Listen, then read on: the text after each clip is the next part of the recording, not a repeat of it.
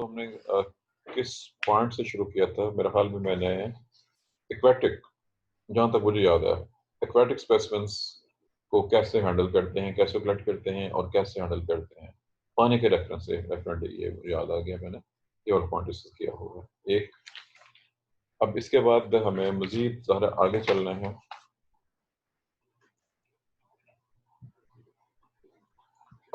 फर्ज कीजिए आप सॉइल सैंपल ले रहे हैं, सॉइल से आपने सैंपल लेना है। अब सैम्पलिंग तो कोई मसला नहीं है, सॉइल आप जहाँ से चाहें कलेक्ट कर सकते हैं, जिस तरह की सॉइल है कलेक्ट कर लें। सॉइल्स के अगर कहीं हाईली कंटेमिनेटेड तो वहाँ प्रॉब्लम होगी, बाकी जगह पे इतनी प्रॉब्लम नहीं है। याद रखिए सॉइल में भी बहुत से किस्म के ऑर्गेनिजम्स होते हैं, और उसमें एक बहुत इंपॉर्टेंट पॉइंट पहले याद रखिएगा।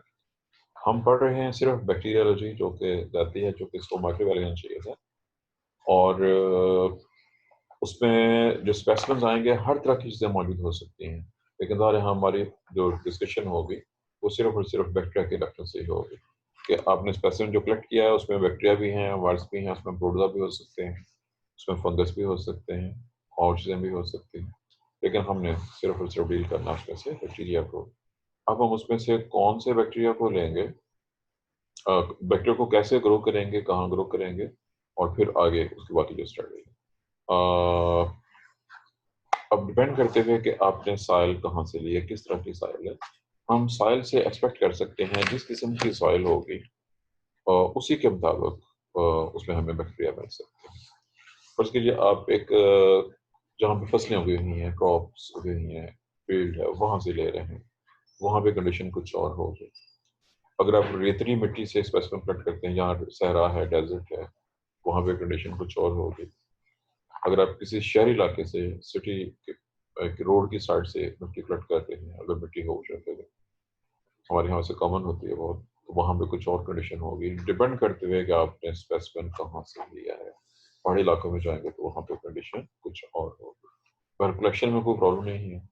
और सिर्फ उसका सिर्फ ये ध्यान रखना है कि अगर किसी ऐसे इलाके से आप जा, फर्ज कीजिए आप किसी हॉस्पिटल में से स्पेसिमेन लेते हैं, सॉइल स्पेसिमेन, याद रखिए कि जो हॉस्पिटल का कूड़ा होता है, मिट्टी, उसके अंदर भी बैक्टीरिया हो सकते हैं और उनकी भी स्टडी पॉसिबल है। लेकिन अगर ऐसा हो तो वहाँ पर वही बात आ जाएगी, हैंडल करके बहुत ज़्यादा केयर की जरूरत होगी। और वहाँ बैक्टीरिया के अलावा वायरसेस के होने के चांसेस, फंगस के होने के चांसेस और भी ज़्यादा हैं, इसलिए वहाँ पे और ज़्यादा केयर की जरूरत जो है वो पड़ती है। पर ये थे जी, अभी हमारे हो गए जी, दो चीज़ें हो गई हैं, पानी भी हो गया और सॉइल के स्पेसिमेन भी। तीसरी ऑप्शन एयर की है, हम एयर में से भी स्पेसिमेन कलेक्ट कर सकते हैं। लेकिन याद रखिएगा कि एयर जो फैसिलिटीज, हम चूंकि अब बात करेंगे अपनी ग्राउंड रियलिटीज की, हमारे पास बहुत आप समझते हैं कि फाइनेंशियली ऐसा पॉसिबल नहीं है कि हम बहुत डीप डिटेल में ऐसी चीज़ों को स्टडी कर सकें। हम सिर्फ और सिर्फ जो पॉसिबल है, हमारे पास सिर्फ एक ही पॉसिबल है कि आप पेट डिशेस बना लें, स्टीराइल, कवर्ड, उसको जहाँ पे आप स्टडी करना चाह रहे हैं, फर्ज कीजिए अपने पेट को जाके ओपन कर दें बाहर, कॉलेज के लॉन में, एक पॉसिबिलिटी, एक सड़क के किनारे जा खड़े हो जाएं और पेट को कुछ देर ओपन किए रखें, दो पॉसिबिलिटी। पेट को हॉस्पिटल में ले जाएं और उसको वहाँ पे जाके एक्सपोज कर दें, खोल दें ऊपर से।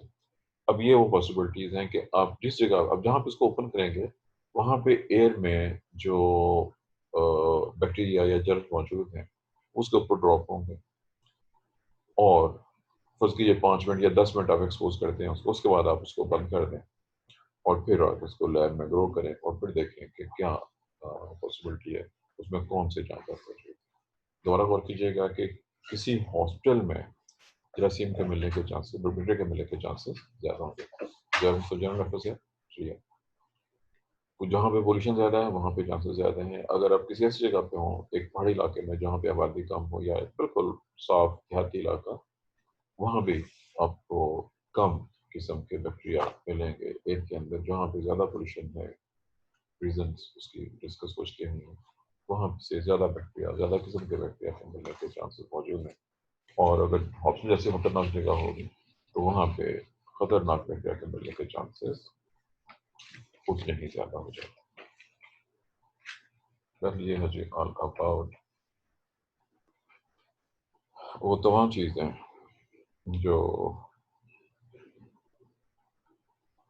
कि स्पेसिमेन के कलेक्शन के हवाले से थी। मैं बता चुका हूँ कि हमारे पास सिर्फ इतनी ही फैसिलिटी है इस वक़्त कि हम मैक्सिमम पैकेजेस मीडिया तैयार करके उसको एक्सपोज़ कर दें। इसमें एक इंटरेस्टिंग चीज़ है कि पैकेज को ले जाएँ, फ्रिज को खोल लें, फ्रिज को ओपन करके वो हम रेडी रखते हैं। चंद मिनट 10 मिनट तक उसकी वहाँ पे रखे रखें और फिर उसको बंद करके फ्रिज रेडी करें। आप हैरान हो जाएँगे, फ्रिज के अंदर से भी आपको बैक्टीरिया मिल सकते हैं और पॉसिबिलिटी मौजूद है। लेकिन फ्रिज में बैक्टीरिया के मुकाबले में फंगस के मिलने के चांसेस ज़्यादा होते हैं, क्योंकि फंगस ज़्यादा हार्डी हैं आम बैक्टीरिया से और वो लो टेम्परेचर कंडीशन में भी सर्वाइव कर सकते हैं। जी, कलेक्शन और कुछ हद तक उसकी हैंडलिंग ये डिस्कस हो गया।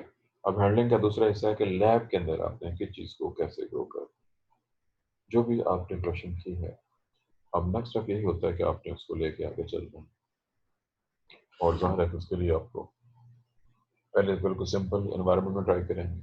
स्टैंडर्ड कंडीशन में 37 डिग्री सेल्सियस टेम्परेचर और पीएच 7 जो न्यूट्रल पीएच है।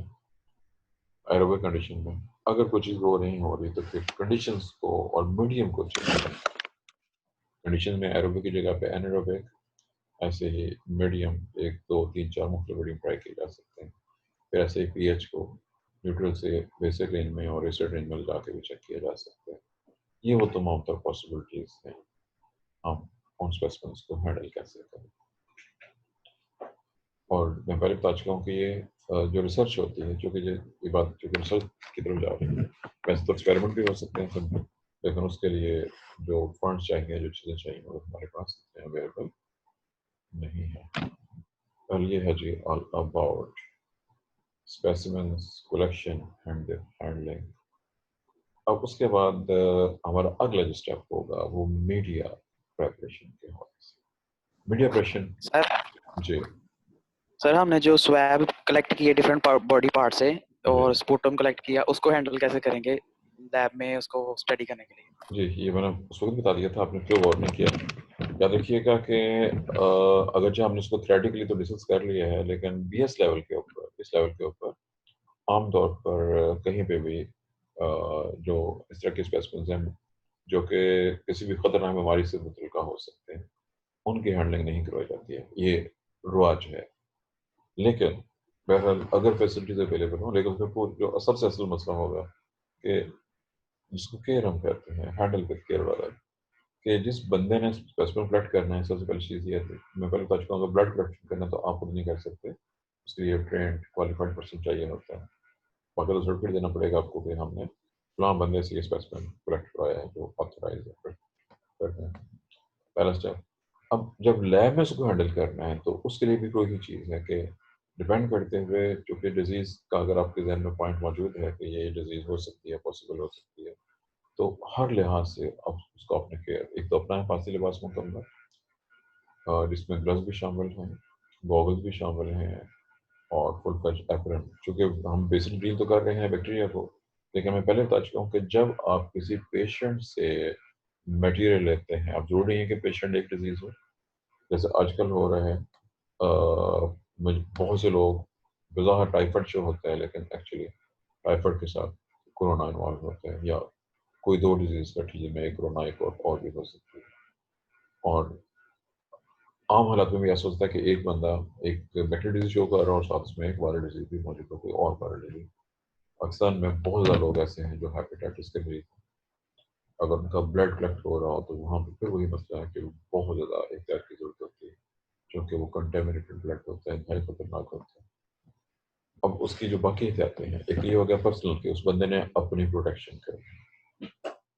अब दूसरी प्रॉब्लम ये है कि जो ब्लड कलेक्ट होके आता है वो वायल्स के अंदर बंद होता है, और उन वायल में से जब आपने निकालना है तो वो भी सिरिंज से निकालना होता है। जब आप सिरिंज यूज़ कर रहे हो तो उसमें बहुत सी मज़ीद एहतियातें चाहिए।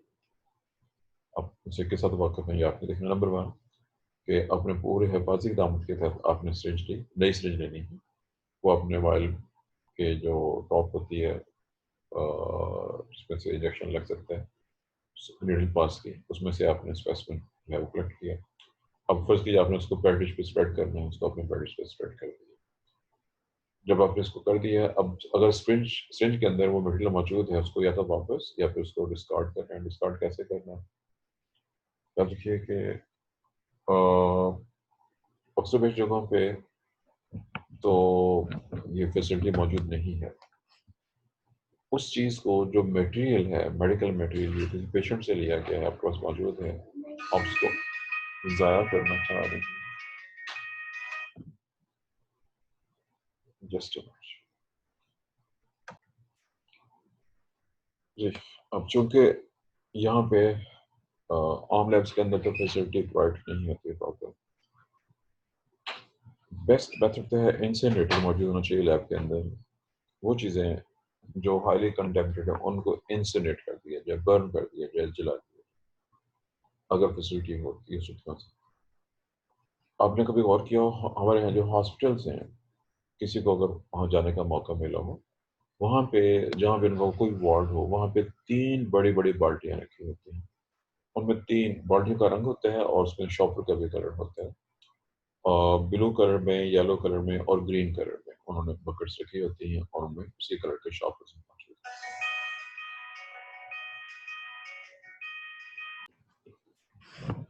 जी, वहाँ पे जो बाल्टियों की बात हो रही है कि वहाँ पे बकेट्स होती हैं डिफरेंट किस्म्स के और असूली तौर पर तो उन तीनों बकेट्स को सेपरेट मैनेज होना चाहिए, लेकिन वहाँ बाज़ का स्टाफ जो है, वो इतनी केयर नहीं करता जितनी होनी चाहिए। अब होता ये है कि ऐसा मटेरियल जो इंतहाई खतरनाक हो और वो खतरनाक मतलब जिसमें जरासीम मौजूद, जो जरासीम आलूदा हो, वो एक, जिसमें शीशे का सामान हो वो अलहदा और जो बाकी चीज़ें हैं उसको अलहदा। शीशे का सामान भी इंतहाई खतरनाक होता है, लेकिन असली तौर पर हॉस्पिटल में से निकलने वाला सारे का सारा सामान ही, चूँकि उसमें मिलावट के होने के चांसेस मौजूद होते हैं और हर थैले में ही इन्फेक्शन के चांसेस हैं। अब गवर्नमेंट ने तो बहरहाल जो एसओपीज़ बनाए उसके मुताबिक तो सेपरेट रखे जाते हैं। लेकिन वहाँ से जब वो कलेक्ट होके जाते हैं तो क्या उसको मॉनिटर किया जाता है? नहीं, ये चीज़ एक गौरतलब है। क्योंकि ऐसी बहुत सी कंप्लेंट मौजूद हैं। हॉस्पिटल में तो ऐसा हो रहा है, प्राइवेट सेक्टर ऐसा नहीं कर रहा है। प्राइवेट सेक्टर का मतलब है बहुत से डॉक्टर्स, बहुत से क्लिनिक, मैंने तो बहुत से डॉक्टर्स और बहुत से क्लिनिक देखे हैं, जहाँ पे बिल्कुल भी केयर नहीं की जाती। और सिरिंज को इंजेक्शन लगाने के बाद वैसे का वैसे ही उसकी कैप में बंद करके रखते हैं और उसके बाद वो क्या करते हैं, इसका अंदाज़ा आप खुद लगा सकते हैं। जबकि एसओपीज़ के मुताबिक इंजेक्शन यूज़ होने के बाद सिरिंज आपने यूज़ कर ली है, आपने एक स्टेप में उसकी नीडल को काटना है ताकि नीडल रीयूज़ ना हो और फिर इंजेक्शन बज़ाते खुद जो सिरिंज है उसको आखिरी सिरे को भी काट देना है ताकि वो भी दोबारा इस्तेमाल ना हो सके। लेकिन वो लोग जो उसको नहीं काटते हैं और उसको बेच देते हैं, वो वॉश करके दोबारा पैक हो के रीयूज़ कर दी जाती है, जो इंतहाई खतरनाक है। और पाकिस्तान में बहुत सी ऐसी डिज़ीज़ है जिसमें हेपेटाइटिस भी शामिल है, उसके ज़्यादा होने की रीज़न्स में इस तरह के अहमकाना और ज़ालिमाना जो सिस्टम है कुछ लोगों का, वो भी शामिल है। बहरहाल यहाँ मैंने स्पेसिफिक ज़िक्र कर दिया कि जो आम लैब है, जहाँ पे ये फैसिलिटी जहाँ पे आप डील कर रहे हो आप मेडिकली इम्पोर्टेंट स्पेसिमेन से, वहाँ पे इंसिनेरेशन की फैसिलिटी होनी चाहिए ताकि उस मटेरियल को बर्न कर दिया जाए, तो कंटेमिनेट ना कर सके। सबसे ईज़ी मेथड यही वाला ही है। ये था जी ऑल अबाउट के हाँ, जो दूसरा था उसकी जो है एक तो हो गया कि आपने स्पेसिमेन तो ले लिया। जब आपने ग्रो करना है, अब मिसाल के तौर पे टीबी है, दोबारा गौर कीजिएगा, टीबी के जरासीम स्पूटम मौजूद है, स्पूटम में जरासीम मौजूद हैं, उसको आपने उसके जो स्पेसिफिक रिक्वायरमेंट है वो देनी है। बहुत ही स्पेसिफिक रिक्वायरमेंट है उसकी, वो प्रोवाइड करेंगे तो वो ग्रो होना शुरू हो जाएगा। वो ग्रो तो कर जाएगा, कन्फर्म हो जाएगा कि वो क्या चीज़ है, लेकिन उसमें फिर वही एहतियात कि उन पेट डिशेज़ को भी इंसुलेट होना चाहिए और उसको इस हद तक जरासीम से पाक होना चाहिए कि वो किसी दूसरे के लिए खतरे का बायस ना बन सके। ये वो तमाम केयर या एहतियाती तदाबीर हैं जो लैब्स में फॉलो की जानी चाहिए, अब कोई भी लैब हो, किसी भी किस्म की लैब। और जब तक ऐसा नहीं किया जाएगा तब तक डिजीज़ को कंट्रोल करना पॉसिबल नहीं होगा। अब चूँकि आपने पूछ ही लिया तो मुझे याद आ गया कि डेंटिस्ट एक डेंटिस्ट जो है, उसके पास जितने भी पेशेंट आते हैं, उसने इंस्ट्रूमेंट यूज़ करने होते हैं। इंस्ट्रूमेंट 2 तरह के हैं, एक उसका अपना जो फिक्स्ड चीज़ें हैं और दूसरी वो जो वो बार-बार यूज़ करते हैं, जिसकी फोर्सेप होती है, जो नीडल्स होती हैं, जो मिरर होता है, वो चीज़ें हर पेशेंट के लिए सेपरेट होनी चाहिए और एक यूज़ के बाद उसको बाकायदा पहले वॉशिंग, फिर केमिकल से वॉश करना और फिर जो स्टरलाइज़र है स्पेसिफिक। लेकिन बस उससे हमारे यहाँ ऐसा नहीं किया जाता। जब स्टरलाइज़्ड इंस्ट्रूमेंट्स इस्तेमाल नहीं किए जाएँगे तो उसका रिज़ल्ट इंतहाई खतरनाक निकलेगा।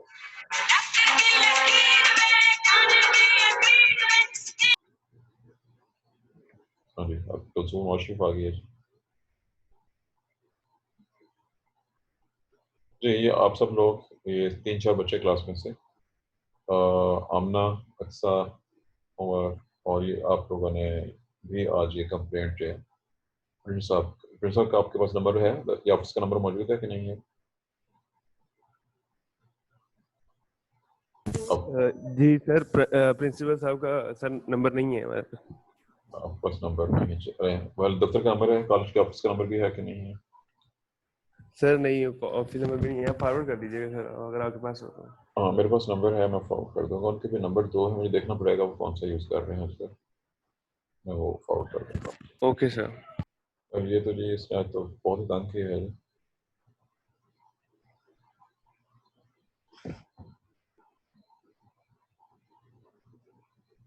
टाइम हमारे पास है अभी लेकिन मेरे ख्याल में मैं अभी इसको स्टॉप कर रहा हूँ।